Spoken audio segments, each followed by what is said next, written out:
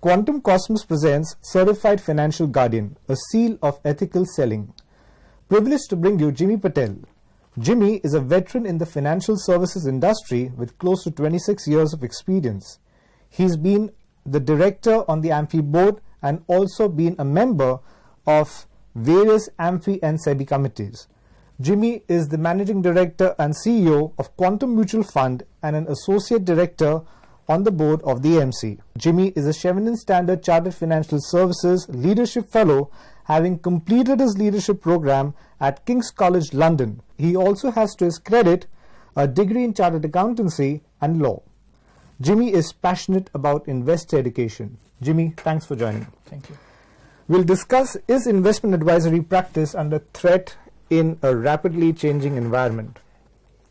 So Quantum Mutual Fund was the first to launch a direct-to-investor platform. Of late, you're reaching out to distributors through Quantum Cosmos. Why? Why now? And what is the objective, and how will this initiative really benefit IFAs, distributors, and investors? Thank you, Rounaq. Quantum, when it started in 2006, was the first direct-to-customer mutual fund. But there is a slight pedigree why it became direct-to-customer mutual fund during that time. During those days, there was not much of transparency in terms of what gets paid to a distributor by a fund house, and eventually the fund house were to recover it from the customer through cost, which we now call it as TER. The whole objective of Quantum was that these particular TER and commission should be as transparent as possible. It should get communicated to the customer by the distributor, such that a customer knows what he is paying for and why he is investing in a particular scheme, and easy investing in a scheme based on the objective of the scheme which matches with his objective, or he is investing in a scheme simply because the scheme is paying a higher commission. Unfortunately, those transparency did not exist during that time, but sometime in October 16, SEBI introduced a rule where commissions paid were to be disclosed in the common account statement that were being shared to the customers, and that brought the level of transparency that we were always hinting at. Post that, it became a right platform for Quantum to launch the regular plan, and we launched a regular plan in April 2017. Having launched a plan in April 2017, we understood what were the dilemma that were being faced by our partners in the distribution fraternity, and based on some survey, dipstick, and one-on-one meetings with them, we arrived at a conclusion that ethical selling or tools to enable a distributor or a partner to learn something new was missing. What was available was an NISM certification or a CFP, but there was nothing between an NISM or a CFP. That's where we thought that Certified Financial Guardian program or a certification will bridge the gap. It was a level notch above NISM certification, while incorporating the same rigmaroles of CFP certification, and this was one of the first of its kind initiative within the industry, which we launched last year. That was around Diwali time in November 2018. And when we launched this particular program, we also launched certain other advantages and certain other facilities for our partners, and we combined it and called it as Quantum Cosmos. This whole module incorporates CFG, as we just discussed. It was CFG is a 10-hour e-learning module with sessions on ethical selling, risk assessment, tax planning, retirement planning. Plus, it also offers one of its kind, a first time in the industry, peer level research, analysis, weekly analysis, reports, tools, plus a host of other benefits which we will keep building and adding over a period of time. Having said about CFG, in addition to CFG, we also had our own KYC module. So we enabled our partners to embark on doing KYC for our customers, for their customers, using an ARN embedded URL, which was being shared by us and developed by us and maintained by us. Besides that, we initiated modules whereby a partner can initiate a transaction and take approval of its customers and do a seamless online transaction. And we experimented something called a Q Cafe, which we rolled out in Bandra, Mumbai, where our partners can work, can meet customers, can hold meetings, and without paying any fee or without paying any charge, such that the partners have a lively atmosphere and environment to discuss their requirements or understand the requirements of the customer.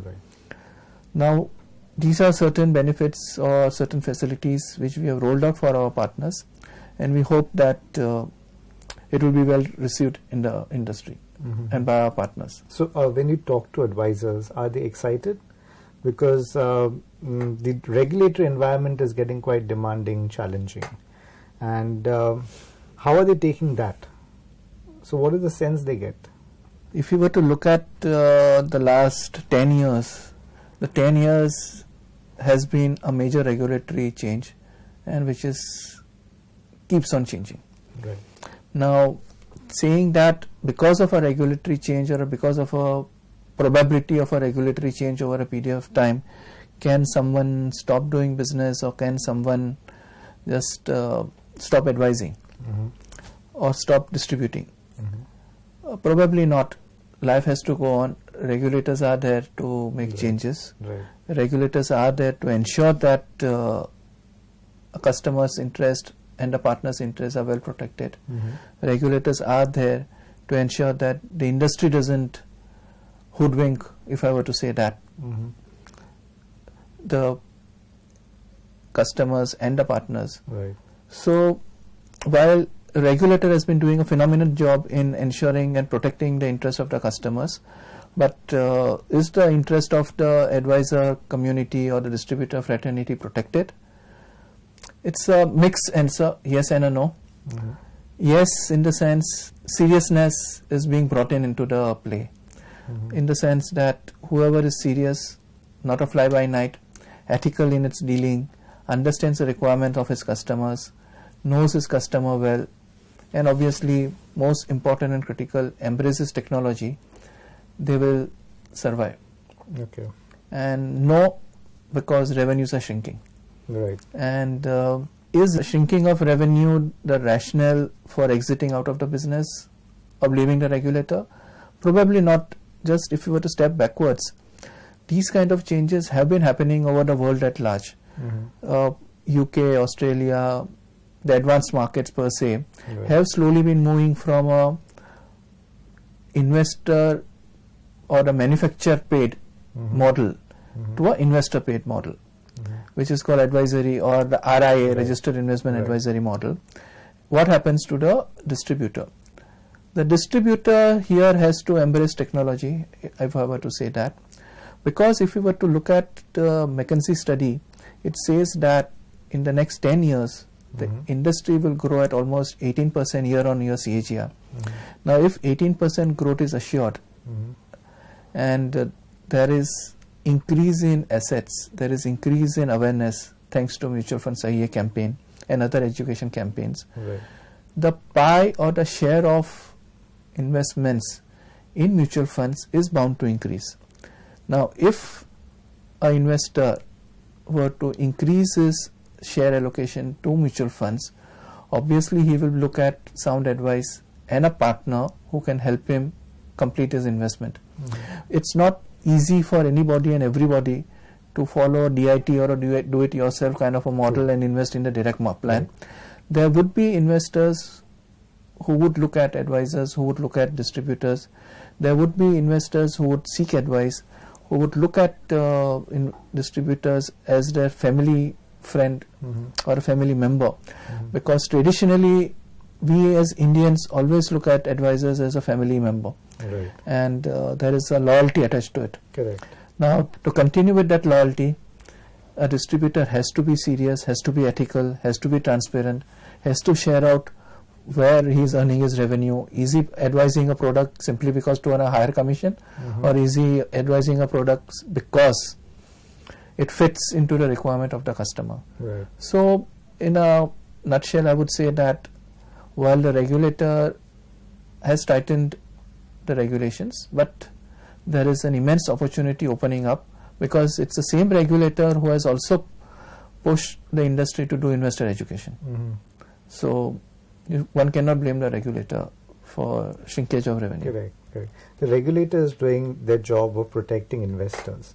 For the mutual fund distribution community and the advisory community to grow and take the mutual fund industry forward in terms of AUM, what are the key attributes the advisors or distributors will need to grow their practices with?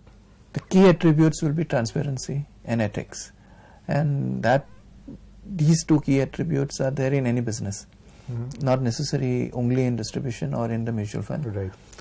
We were also to now say that even in distribution and advisory there is an element of fiduciary responsibility, because a customer or an investor comes to a distributor seeking advice, giving his hard-earned money with the hope and aspiration that it will grow to meet its goals, not invest in products which does not meet his risk appetite. Right. So it's a fiduciary responsibility now that the distributor and the advisor should understand and fulfill. Now, if the moment anybody understands what the fiduciary responsibility is, that's the key to success. Right. But are distributors playing a role in investor education as well? Even advisors playing a role in investor education? In fact, what was the scenario pre-2010 and what is now is totally different. There are distributors who are quite serious. Gone are the days where distributors had sort of recommended products with 8% and 10% commission. Because if a distributor or a partner feels that a product does not ethically should be part of anybody's investor portfolio, they are refraining even to recommend that kind of a portfolio with higher commissions. Right. So there is a lot of change happening in the fraternity, and it's happening for the better. Okay, but you see need-based selling happening, or it's just based on the returns and stuff like that? Returns are a criteria, because it's not that an investor approaches a distributor and distributor just pushes a product. Right. The distributors or the advisors have become quite savvy. They understand the portfolio, they try to understand the portfolio, they try to understand the style of fund management of the fund manager. Right. They try to understand the philosophy of the fund house. Correct. They try to understand that whether the returns are an overnight kind of a fly-by-night kind of a return, or it is a risk-adjusted return, stable return. A lot of questions are being asked by the advisors. A lot of questions are being asked and understood, not only by the advisors but also by the investors. So when the investors have also started asking these kind of questions, the advisor or the distributor fraternity has to improve their knowledge and communicate in a similar manner. Interesting. Direct plans somehow are contributing around 12% right now of the total retail base, and HNI is about 29% of the HNIs are investing directly. Now, what's important is individual investors are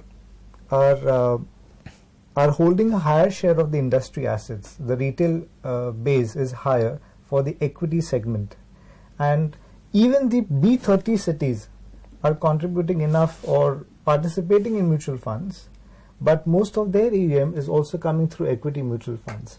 So how are advisors playing a role in advising these clients when they are investing in equity mutual funds? Just go a 2 year backwards. What has happened in UK market? In the UK market, the regulator reduced the fees, came out with an advisory module. It was not easy for anybody and everybody to pay those kind of fees. Right. The retail investors were not in a position to get that kind of advice they needed. The HNIs obviously, or the affluent class, was in a position to get that kind of advice. So execution only or aggregator kind of platforms started coming up. Now these are platforms which don't charge a fee or charge a very negligible fee, and prompt the investor to invest on its own. Now here it is not investments, but it is equity trading. You can give a corollary of an equity trading. Right. In an equity trading environment, the platforms are there, and you trade, you buy and sell, and that's it. Nobody takes responsibility except you yourself why you have bought a particular scrip, or why you exited a scrip, or why you have traded. Now, is that mentality correct for a mutual fund investment? Mutual fund investment is not a short term or an overnight investment. It is for a long term. Correct. To meet a particular goal, to invest savings, hard-earned savings, and also to give a sense of protection in terms of growth of corpus.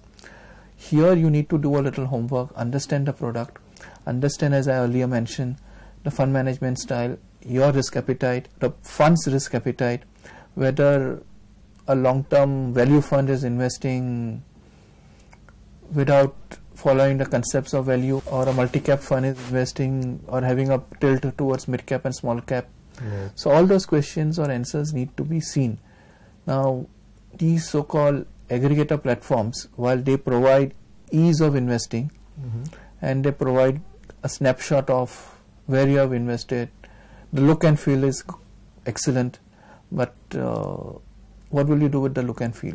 You ultimately need advice. Right. Unless you are quite tech savvy, you are financial savvy, you understand the nuances, you read through the fine print, and then you take a decision. Yes, there are investors who are savvy, who are financial savvy, who understand the nuances of investment, who understand why they are taking a decision. Yes, they are responsible investors. They take a responsibility and then invest. Right. But a lay investor or a middleman on the street, does he understand where his money is getting invested if he were to invest in a particular fund? Probably not.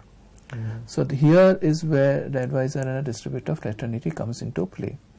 While you may end up paying a higher cost by weight of a higher TER, but there is some advice available vis-a-vis in a direct model where you will have to be on your own. While the fund house will help you, if you approach the fund house will help you understand, will give disclosures and be as transparent as possible. But it's upon your understanding and your appetite that and your risk that you are going to take that you will invest in. And if something goes wrong, yes, you can approach the fund house, you can redeem the units, but not necessarily that you may redeem the units at a profit. Okay. So you are suggesting that regular plans are here to stay in a world where robo-advisory platforms today are offering direct plans? Yes, regular plans are here to stay. Regular plans will find a flavor and favor of the investors, because in a regular plan there is a touch and feel, there is a human touch. The human touch is in terms of the advisor or a distributor whom you can go and speak to. In a technology based platform where there is no look and feel, there is just a screen in front of you where you have to do your own analysis, it's difficult. It's not that you are buying a smartphone, you are making an investment. Right. In a smartphone there may be cashbacks, but in a mutual fund investment there are no cashbacks. Right. So regular plan will survive, regular plan will succeed. Yes, there is a need to be transparent, there is a need to ensure that not high commissions push advisor to push you for investing in a product. There has to be ethics and fiduciary responsibility also, which is very core and critical to ensure that a regular plan succeed. If the distributors don't follow these two concepts, then regular plan will not survive. So robo-advisory platforms are not disruptors for the IFA and the advisor? These are not disruptors, they are on the contrary friends of the IFAs and the distributors. The robo-advisors, if the distributor embraces technology, he himself, just take a hypothetical scenario that a distributor has a website, builds a robo-advisor, asks risk-adjusted questions or understands the goal for which the investor wants to invest in, and doing some mathematical calculation, a particular investment model gets suggested by the system. But after that, what? After that, the advisor still has to handhold the customer, still has to ensure that the advice that the system, based on some mathematical calculation, has given actually meets the requirement of the customer. Robo-advisor is the first step. First step to help understand the risk of the customer, first step to understand the goals of the customer, first step to suggest a particular portfolio mix. It is not the ultimate end. The ultimate end is the human touch. And in an Indian environment where human touch plays a major role, they will survive. The advisors will survive. Robo-advisor will be there. It will be there. But for example, e-com, where we read every day that the e-com sites are becoming popular, they are attracting eyeballs, investors, they are giving cashbacks, etc., etc., etc. But nobody reads the fine print that the same e-com sites are equally opening physical shops. So including the leaders in the market. So in an Indian environment, both will coexist. And the best learning for an advisor would be to learn from an e-com site where they were popular, but how long they lasted. Now they are back to brick and mortar model. Probably brick and mortar model is not 100 square feet, but maybe 25 square feet. But that still is a brick and mortar model. But that said, technology will play a role of an enabler. Are advisors, distributors using technology, investing money in technology to take the business to the last mile? That's my last question. Here, unfortunately, the answer is, while the advisors understand the need for technology, the partners understand that technology is an enabler, is not a disruptor. They understand that technology is their best friend, not an enemy. They understand that using technology, they can serve a customer excellent. But where is the technology? The current technology that is available for IFA fraternity or distributor fraternity is quite costly. So each and every IFA, because of shrinking revenues, may not be in a position to embrace technology, even they want to embrace technology.